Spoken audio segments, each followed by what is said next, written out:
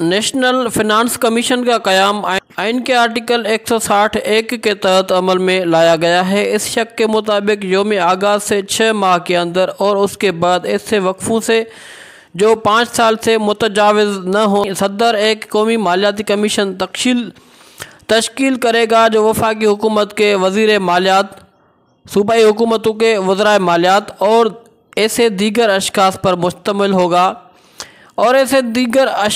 مشتمل ہوگا جنہیں صدر صوبوں کے گورنروں سے مشورے کے بعد مقرر کرے۔ اس کمیشن کا بنیادی کام ملک بھر کی محصولات کی خالص آمدنی کو وفاق اور صوبوں میں تقسیم کرنا اور وفاقی حکومت کی جانب سے صوبائی حکومت کو امدادی رقم دینا اور بنیادی مقصد صوبوں کی مالی حالت کو مستحکم کرنا ہے۔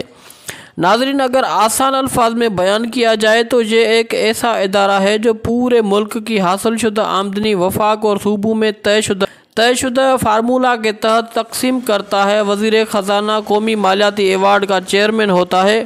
قیام پاکستان کے بعد دسمبر 1947 میں صوبوں میں محاصل کی تقسیم کا فارمولہ سر جیریمی ریزمین نے ترتیب دیا، جو 1952 میں باقاعدہ طور پر اختیار کر لیا گیا۔ قیام پاکستان کے بعد وزیر اعظم لیاقت علی خان نے 1947 میں معاشی اختلافات کے تدارک کے لیے اپنی سرکاری ملازم جیریمی ریزمین سے کہا کہ وفاقی اور صوبائی حکومتوں کے مابین محصولات کی تقسیم کے لیے طریقہ کار وضع کرے، جو 1952 میں ریزمین ایوارڈ پروگرام کے نام سے تشکیل دیا گیا۔ اس ایوارڈ کے تحت سیلز ٹیکس کا 50% حصہ وفاقی حکومت کو دیا گیا۔ 1955 پاکستان کو 1 یونٹ مشرقی پاکستان اور مغربی پاکستان کا نام دیا گیا تو 1961 اور 1964 کے 2 ایوارڈ میں مشرقی پاکستان اور مغربی پاکستان میاس پروگرام کے تحت ہی محصولات تقسیم ہوئے۔ 2009 میں پیپلز پارٹی کے دور حکومت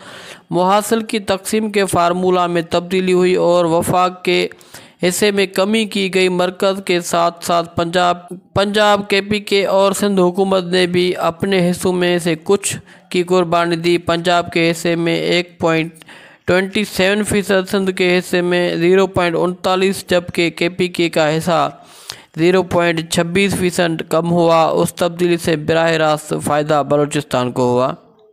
بلوچستان کا فارمولہ 2006 میں 5.22% تھا، جو بڑھا کر 9.09 کر دیا گیا۔ 2009 ہی میں پنجاب کا NFC میں حصہ 1.74% سندھ کا 24.55% اور KPK کا 14.62% طے پایا۔ 2010 میں 18ویں ترمیم کے ذریعے ایک اور شق کا اضافہ کیا گیا، جس کے تحت قومی مالیاتی کمیشن کے ایوارڈ میں صوبوں کا حصہ سابقہ ایوارڈ میں دیے گئے حصے سے کم نہ ہوگا۔ 7واں NFC ایوارڈ پاکستان کی تاریخ کا ایک اہم سنگ میل رہا۔ ملک کے پہلی بار آبادی کے لحاظ سے چھوٹے صوبوں سندھ، بلوچستان اور KPK کے مطالبات کو تسلیم کر لیا گیا۔ اس ایوارڈ کی سب سے نمایاں اور امتیازی خصوصیت یہ ہے کہ اس نے محصول کے کثیر جہتی تقسیم کے معیار پر عمل کیا گیا۔ آبادی کے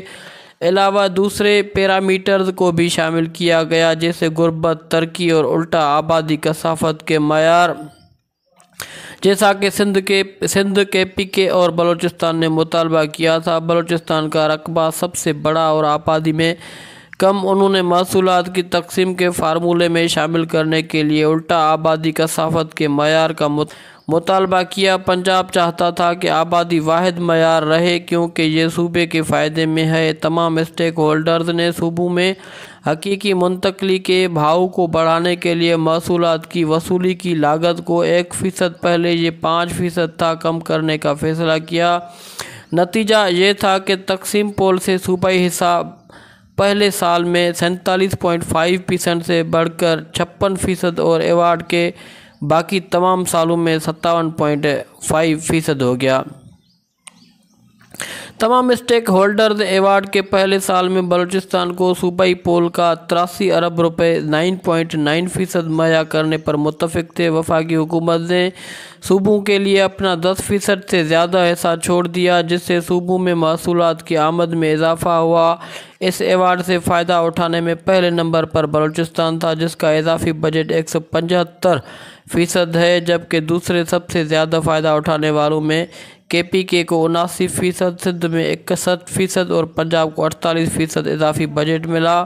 صدر مملکت عارف علوی نے 23 اپریل 2020 کو 10ویں نیشنل فنانس کمیشن تشکیل دیا، جس کے چیئرمین مشیر خزانہ حفیظ شیخ نامزد کیے گئے، جنہیں بعد میں کمیشن سے الگ کر دیا گیا۔ کمیشن میں مشیر خزانہ سمیت 4 صوبائی وزراء خزانہ شامل ہوتے ہیں۔ پنجاب سے طارق باجوہ، سندھ سے ڈاکٹر اسد سعید، KPK سے مشرف رسول اور بلوچستان سے جاوید جبار کو کمیشن کا حصہ بنایا گیا تھا، مگر بلوچستان کے نامزد کردہ جاوید جبار نے استعفیٰ دے دیا۔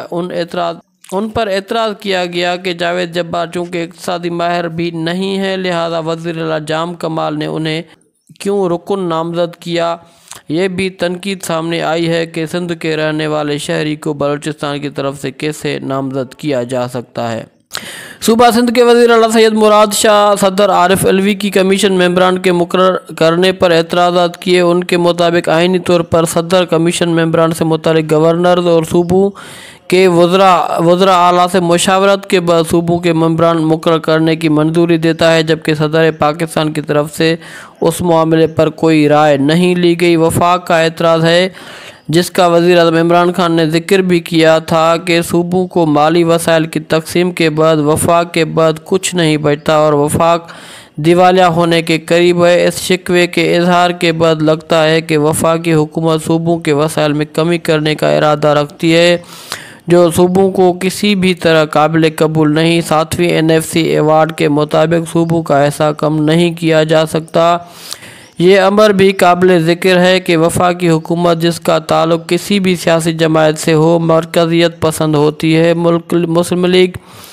مسلم لیگ نواز بھی صوبوں کا حصہ بڑھانے پر یقین نہیں رکھتی تھی اور کسی نہ کسی طرح اسے طول دیتی رہی۔ وفاق کا کہنا ہے کہ سابق فاٹا چونکہ اب خیبر پختونخوا کا حصہ بن چکا ہے، اس کے علاوہ CPEC میں سیکیورٹی کے انتظامات اور دہشت گردی سے نمٹنے کے لیے وفاق کا مطالبہ ہے 100 میں سے 7% ان مقاصد کے لیے علیحدہ کیا جائے، جبکہ 93% حصہ وفاق اور صوبوں میں تقسیم کیا جائے۔ 13 جولائی کو سینیٹر بیرسٹر علی محمد سیف کو NFC ایوارڈ ترمیمی بل پیش کرنے کی تحریک مسترد ہو گئی۔ تحریک کے مطابق طے شدہ فارمولہ کے بجائے حالات اور واجبات کو دیکھتے ہوئے مالی وسائل کی تقسیم کی جانی چاہیے۔